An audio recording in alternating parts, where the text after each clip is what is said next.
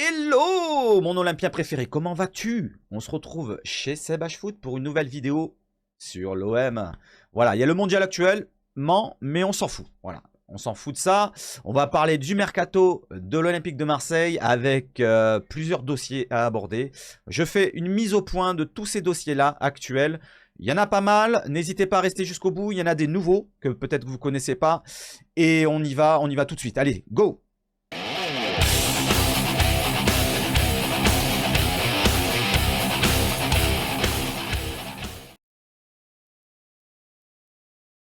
Oh, ça commence. Allez, donc c'est parti pour le premier dossier. On va revenir un petit peu sur Gerson. Le cas de Gerson, est-ce qu'il l'est fait? Est-ce que c'est concrétisé, conclu ou pas? On lit ça tout de suite. Donc, Mercato OM, Gerson de plus en plus proche de la sortie. Voilà, ça fonctionne comme ça ici. Hein. Je vous donne les infos au fur et à mesure de la vidéo. N'hésitez pas à me suivre. Les articles sont tous dans la description. Je le répéterai plus, c'est finito. Allez, on descend. Donc, Gerson qui est par terre. Il n'a pas le ballon. Donc, alors que les négociations s'éternisent entre Flamengo et l'Olympique de Marseille, le milieu offensif de 25 ans aurait trouvé un accord avec son ancien club, selon les informations du journaliste brésilien Julio Miguel Neto. L'international brésilien signerait donc pour 5 années du côté de Rio de Janeiro, avec à la clé un salaire de 180 000 € par mois, soit le plus important du club. C'est quand même moins qu'à l'OM, hein. Une nette baisse par rapport à ce qu'il touchait à l'OM, justement, donc 250 000 environ. Je crois qu'il était à 230 000 exactement. Mais bon, c'est pas grave, 230, 250, c'est toujours plus que 180. On descend un petit peu. Toutefois, l'OM et Flamengo n'ont toujours pas obtenu d'accord financier pour son transfert. Donc maintenant, c'est entre les clubs à gérer la chose. Le président du club de Rio de Janeiro avait déploré dans les médias brésiliens la tierce partie. Voilà, donc la propriété du joueur en divisé par 3, l'OM, Flamengo et une autre partie, qui jusqu'à présent rend cette arrivée non pas impossible, mais très difficile. Une manière de mettre la pression sur Pablo Longoria. Voilà. Et on enchaîne. On enchaîne. Toujours sur Gerson. Avec l'autre news qui tombe un petit peu aujourd'hui, je l'ai vu. Mercato OM. Flamengo met les choses au point pour le transfert de Gerson. Ça continue à en parler. Donc du côté brésilien, on descend. Tout ce qui est surligné, hein, je vous lis. Voilà, j'ai regardé un petit peu l'article avant et je note ce qui est à peu près important.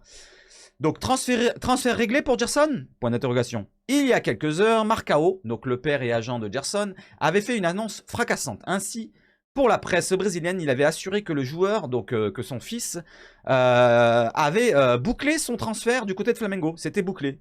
Et finalement, il n'en serait rien.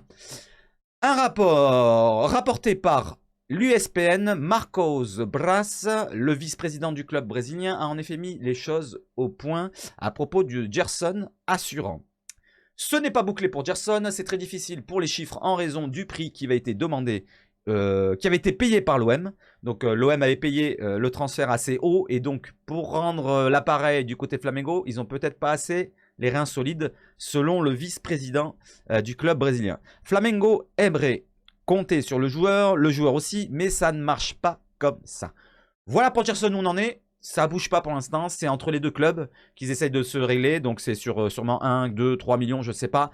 Mais voilà pourquoi ça traîne en longueur. On enchaîne tout de suite. Allez. Justement, pour les postes offensifs, une nouvelle piste pour remplacer Gerson, pour remplacer, pourquoi pas, Harit. Et on en regarde tout de suite. C'est qui? C'est un international marocain pour remplacer Harit. Alors, gravement blessé au genou lors de Monaco OM, Amin Harit ne devrait pas jouer jusqu'au terme de la saison avec l'Olympique de Marseille. Évidemment, Pablo Longoria va lui trouver un remplaçant, va devoir lui trouver un remplaçant, et il a coché le nom d'un international marocain. Alors, qui est-ce, pardon?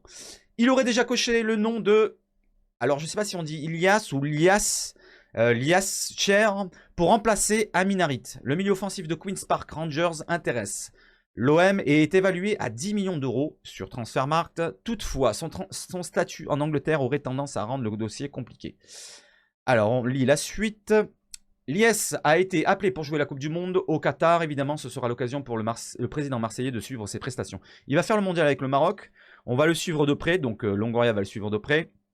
Et on va regarder un petit peu aussi ce que j'ai pris. Je voulais voir un petit peu ses stats pour Cher. J'ai pas suivi sa carrière non plus. Alors le joueur a 25 ans. Voilà, il est né en 97, donc marocain, né en Belgique, 1m72, c'est un milieu offensif. Voilà, milieu offensif, je vous ai surligné ce qui est important, 10 millions d'euros. Son contrat, donc il a 25 ans, son contrat court jusqu'en juin 2025. Et ses stats, bon voilà, vous les avez à l'écran. Il a participé à 23 rencontres cette saison pour 3 buts marqués, 6 passes décisives, c'est plutôt correct pour un milieu offensif. Mais c'est un championship, hein, c'est la Ligue 2 anglaise. Et c'est quand même compliqué. Voilà, Ligue 2 anglaise, ils ont quand même assez de pognon, de reins solides pour garder leurs joueurs. On verra ce qui va en advenir pour ce joueur. Est-ce que vous le connaissez? Dites-moi-le dans le commentaire. Et qu'est-ce que vous en pensez de cette piste? On continue. On continue pour les pistes offensives avec un autre dossier. Après Gerson, un autre départ se profile à l'OM. Donc on continue, on descend un petit peu l'article. OM Mercato, Seji Zunder frustré, un départ se profile à l'horizon. Est-ce que vous étiez au courant de ça? Voilà, donc moi j'ai lu ça tout à l'heure. Très utilisé la saison dernière, Seji Zunder a vu son temps de jeu de façon considérable depuis réduire de façon considérable depuis l'arrivée d'Igor Tudor. Seji Zunder subit ainsi le changement de système mis en place par Tudor qui préfère s'appuyer sur des pistons pour animer ses couloirs. Donc là, on met la raison pour laquelle Under voudrait pourquoi pas partir. Donc il a un manque de temps de jeu par rapport au jeu que prône Tudor. On a deux destinations qui sont possibles, qui s'offrent à Seji Zunder. On va les lire, on va les signaler là, maintenant. Seji Zunder pourrait finalement faire un retour en Turquie. Selon les informations divulguées du spécialiste du football turc, Atakan Anil, Galatasaray serait toujours intéressé par le profil du polyvalent du buteur marseillais. Voilà, donc déjà il y a Galatasaray qui serait intéressé. L'idée d'un prêt de Seji Zunder à Galatasaray pour la suite de la saison est même évoquée par la presse turque qui précise quand même qu'il y a un prêt qui est potentiel. Et ce n'est pas tout, puisque l'ancien joueur de Leicester City pourrait également prendre une autre destination. Et on va le lire tout de suite. La perspective de l'envoyer à l'Atalanta Bergame en échange. Vous vous en souvenez, cet été, il y avait ce deal-là possible avec un échange de Wunder contre Malinowski et peut-être une somme d'argent. Donc, un échange avec Ruslan Malinowski, 29 ans, n'est pas à exclure. Ces derniers temps, les journaux ont fait un état du retour au pays. On a parlé d'un prêt à Galatasaray, mais je ne pense pas que Cengiz souhaite revenir en Turquie. Par contre, je ne serais pas surpris de voir des rumeurs en provenance d'Italie. Ses performances à la sélection ne passent pas inaperçues, a indiqué le journaliste dans des propos rapportés par le Faux C1. Pour l'heure, on va signaler quand même que Under est toujours sous contrat jusqu'en 2025. Donc, s'il arrive qu'il part en transfert, il y aura une belle somme à récolter. Un prêt, ça m'étonnerait fort, à moins qu'il y ait une option d'achat élevée. Voilà pour Under. On continue sur un autre dossier avec l'énorme bataille pour un autre crack de Ligue 1. Voilà, c'est le Disport qui le dit. C'est Enzo Lefebvre. Enzo Lefebvre, le joueur du FC Lorient, qui fait un beau début de saison. Donc on va lire un petit peu ça. Enzo Lefebvre, le milieu de terrain de 22 ans, compte 2 buts, 3 passes décisives cette saison avec le FC Lorient. Des performances qui ne passent pas inaperçues pour celui qui est sous contrat jusqu'en 2024. Donc il lui reste 1 an et demi de contrat. S'il arrive en fin de saison en 2023, juin 2023, il restera 1 an. Il sera dans sa tête peut-être à se dire je vais continuer jusqu'en donc janvier 2024 et partir libre. Donc c'est le moment de le faire partir ou alors de le prolonger. Ainsi dernièrement il était annoncé que l'OM était intéressé par Lefebvre, mais pas seulement l'OM. On va lire qui est intéressé. En effet, l'OGC Nice et des clubs allemands sont aussi intéressés par le joueur de Lorient. Voilà que ce lundi, Foot Mercato vient confirmer tout cela. On lit la suite. Et en Allemagne, on retrouverait notamment le Bayern Leverkusen parmi les prétendants d'Enzo Lefebvre. Donc Pablo Longoria et l'OM sont prévenus. Recruter le joueur de Lorient ne sera pas simple. Qu'est-ce que vous en pensez d'Enzo Lefebvre? Est-ce que ça vous plaît comme piste pour cet hiver pour remplacer numériquement Harit et Gerson qui vont partir? Enfin, Gerson il partira et Amin Harit ne sera plus disponible pour finir cette saison. On enchaîne sur un autre dossier avec un autre joueur, Marcus Thuram. Pablo Longoria connaît le prix du transfert de Marcus Thuram. Bon, donc ça fait quelques jours qu'elle est sortie cette info, mais je vais vous la lire un petit peu. Je lis directement ce qui est important. N'hésitez pas à consulter l'article dans la description. Voilà, ce qui est important, il n'y a que ça. Mönchengladbach préfère le vendre cet hiver. Donc pas de prêt possible. selon Mönchengladbach, qui veut le vendre, qui veut le pousser vers la sortie. À en croire les informations de Nicolo Schira, le journaliste italien spécialiste dans le mercato, le Borussia Mönchengladbach préférait récupérer 10 millions d'euros cet hiver pour Marcus Thuram. Donc voilà, le tarif est fixé. Plutôt que d'attendre la fin de saison et le voir partir gratuitement. L'OM est prévenu, il faudra sortir le chèque-ous. On continue. Encore Marcus Thuram. Marcus Thuram, donc, une rencontre au sommet à Doha pour Marcus Thuram. Alors, est-ce que ça concerne l'OM? On va lire le plus important. Voilà, je vous l'ai sorti, c'est ici. L'Olympique de Marseille est cité parmi les sérieux prétendants. L'OM semblait même proche d'attirer Marcus Thuram dans ses filets, mais le joueur aurait finalement recalé les avances phocéennes. Malgré les convoitises du Bayern Munich, de la Juventus, de Tottenham ou encore d'Arsenal, c'est bien le club lombard, d'après les informations de la Gazzetta dello Sport, qui est particulièrement bien placé dans la course à la signature du mondialiste tricolore. Le média italien ajoute que les dirigeants de l'Inter, donc c'est le club lombard, Inter Milan, Javier Zanetti et Piero Ossio, sont actuellement présents à Doha, s'apprêtent à rencontrer l'entourage de Marcus Thuram en vue d'une future collaboration. Ils auront une longueur d'avance. Donc, l'Inter semble donc bien parti pour boucler sa signature, malgré la rude concurrence que connaît le dossier. Voilà pour Thuram. On enchaîne. On parle maintenant d'un potentiel départ d'un joueur qui est arrivé cet été. Et on y va tout de suite. OM Mercato, le transfert d'un attaquant se concrétise à Marseille. On voit Pablo Longoria, qu'est-ce qu'il nous dit? L'OM a bien l'intention de se séparer de plusieurs joueurs cet hiver, on le sait. Gerson, c'est déjà le cas, et d'autres, on verra par l'avenir. D'ailleurs, le club phocéen touche au but pour le départ de son attaquant Luis Suarez, le Colombien. L'OM Mercato, Luis Suarez vers un retour en Espagne. Il a des muscles. Allez, on descend. Alors voilà, le plus important c'est là. Et après, il n'y aura plus d'autres choses pour ce cas-là.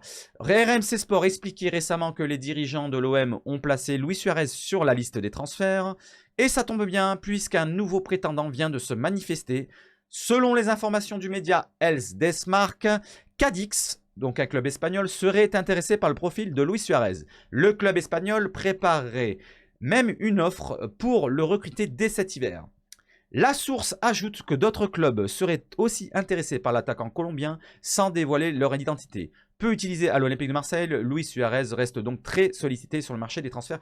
Qu'est-ce que vous en pensez de ce dossier? Qu'est-ce que vous en pensez de Luis Suarez? Est-ce que vous pensez que c'est le bon moment de le faire partir ou alors il faut le laisser un petit peu, peut-être avoir du temps de jeu en deuxième partie de saison et pourquoi pas qu'il fasse quelque chose de mieux et qu'on le fasse partir peut-être l'année prochaine? Ou alors on le voit tout de suite, c'est bon, vous avez vu avec vos yeux d'expert qu'il est vraiment mauvais.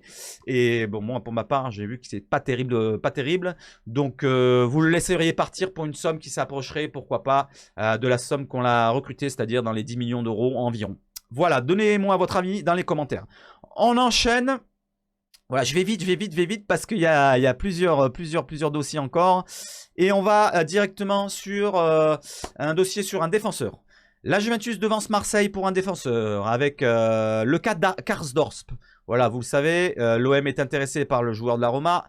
On va lire un petit peu ce qui est important. Et on y va tout de suite. À la recherche d'un nouveau défensif pour la suite de la saison, l'OM voit la Juve lui passer devant pour la signature de Rick Karsdorp. La situation s'est tendue entre l'AS Roma et Rick Karsdorp. Alors que son contrat avec le club romain expire en juin 2025, l'international néerlandais devrait s'en aller dès cet hiver. On lit la suite. OM Mercato, la Juve négocie pour Rick Karsdorp. Voilà, il y a déjà des négociations en cours. Rick Karsdorp n'a visiblement plus la tête à la louve. La preuve, le latéral droit ne s'est pas présenté à la reprise de l'entraînement avec la Roma ce dimanche. Une absence qui aurait scellé son sort. La Gazzetta dello Sport explique en effet que les dirigeants romains envisageraient désormais de résilier son contrat carrément. Alors qu'il lui reste quand même 2 ans de contrat, 2 ans et demi. Il voudrait résilier le contrat, selon Gazzetta dello Sport. En attendant, plusieurs clubs se bousculent déjà en coulisses pour l'accueillir, avec en tête de liste l'Olympique de Marseille. Les dirigeants de l'Olympique de Marseille auraient même entamé les premières manœuvres dans l'espoir de le recruter dès l'ouverture du mercato hivernal. Cependant, le journal Transalpin annonce un hic dans le dossier. La venue depuis quelques semaines de la Juventus. Le club turinois pousserait fort actuellement pour retourner la situation et s'offrir les services de Rick Karsdorp. Même si la vieille dame est confrontée à quelques difficultés économiques pour ce genre de transaction, elle devrait mettre la main à la poche. Putain, ils savent pas écrire dans les articles, hein, des fois. La source ajoute que les Bianconeri prépareraient même une offre salariale intéressante pour boucler la signature du joueur. C'est pour cette raison que l'OM paraît un peu distancé dans ce dossier. Quoi qu'il en soit, Rick Karsdorp devait vivre un mercato hivernal très agité. Qu'est-ce que vous en pensez de ce dossier sur le défenseur de la Roma qui sera donc potentiellement sur la Juve plus que sur l'OM pour l'instant? On va voir par la suite. Donnez-moi votre point de vue, hein, votre avis et votre opinion dans les commentaires. Allez, on enchaîne avec le transfert pour un autre joueur venu d'Italie, Malinowski. Le transfert de Malinowski se complique, voilà pourquoi, avec ses oreilles décollées. On va en parler, on regarde un petit peu à la fin. Ce qui est important, c'est là. Un échange Harit Malinowski, impossible. Est-ce que vous saviez qu'il y avait ça dans les tuyaux? Je ne savais pas, j'étais pas au courant. Donc j'ai vu ça hier soir et je vous le lis tout de suite. La Gazzetta dello Sport dévoile d'ailleurs les éléments qui pourraient bloquer la future arrivée de Ruslan Malinowski à l'OM. L'Atalanta Bergame aurait aimé inclure Amin Harit dans l'opération. Voilà, donc il voulait faire un petit peu comme cet été avec Under, mais cette fois c'était Harit qui faisait un bon début de saison. Et malheureusement, le Marocain s'est blessé, donc un échange entre Harit et Malinowski tombe à l'eau pour l'Atalanta Bergame et l'Olympique de Marseille. On descend un petit peu. Un transfert trop cher pour l'OM, la deuxième raison. En effet, le club italien attendrait entre 15 et 18 millions d'euros pour l'Ukrainien, qui est pourtant dans sa dernière année de contrat. Tout cela compliquerait ainsi l'arrivée de Malinowski à l'OM en janvier. Mais la situation pourrait alors d'être patient. L'Ukrainien étant en fin de contrat, il sera donc libre à la fin de saison à suivre. Ensuite, on enchaîne. Tac. Allez, le dernier dossier peut-être. Oui, c'est le dernier dossier avec un retour d'un jeune attaquant qui se précise du côté de l'OM. Qui c'est? Allez, donnez-moi la réponse dans le chat avant que je le mette. Voilà, je descends. C'est parti, on y va, c'est Conrad. Conrad de la Fuente est proche d'un retour à l'OM. On va lire un petit peu si l'OM veut le garder ou veut le retransférer derrière. Allez, on lit tout de suite l'article. C'est notamment le cas de Conrad de la Fuente, prêté à l'Olympiakos. Depuis son arrivée au sein du club grec, le jeune attaquant de 21 ans n'a disputé que 5 petites rencontres sous les nouvelles couleurs pour aucun but inscrit. Des statistiques insuffisantes pour convaincre la direction de l'Olympiakos de le conserver plus longtemps. Cette tendance est confirmée par Calcio Mercato, assurant que les dirigeants grecs souhaitent casser le prêt de Conrad de la Fuente dès cet hiver. Si cette information se confirme, l'ancien ailier de Barcelone retournerait rapidement à Marseille. Son retour représenterait un véritable coup dur pour la direction olympienne qui espérerait se débarrasser définitivement du joueur. Toutefois, Conrad de la Fuente ne devrait pas faire long feu dans la cité phocéenne. On va lire un petit peu la fin de l'article. Toutefois, selon la même source, les dirigeants marseillais travaillent déjà en coulisses pour lui trouver une nouvelle porte de sortie. L'idée de le renvoyer en Espagne est même évoquée, puisque la Real Sociedad serait sur ses traces. Il faudra donc suivre ce dossier de très près. Qu'est-ce que vous en pensez de Conrad qui retournerait à l'Olympique de Marseille? Est-ce que vous lui donnerez une autre chance? Pourquoi pas pour faire peut-être la différence en revenant là, peut-être qu'il sera concerné un petit peu sur le projet marseillais, pourquoi pas? Est-ce qu'il arriverait peut-être à prendre sa place dans les postes offensifs? Est-ce que vous le garderiez dans l'effectif s'il revient, Conrad? Ou est-ce que vous le relâcheriez en prêt ou en transfert définitif? Donnez-moi votre point de vue, votre opinion et votre point de vue sur tous les dossiers que j'ai abordés. Voilà, aujourd'hui c'était une longue vidéo sur le Mercato, il y avait beaucoup de dossiers à aborder, j'ai fait une mise au point sur tous les dossiers plus ou moins. N'hésitez pas à me donner vos points de vue et puis votre opinion. Voilà, n'hésitez pas à vous abonner sur la chaîne Sebach Foot. Il y aura d'autres vidéos Mercato, Actu et tout le reste. Merci à tous et allez l'OM!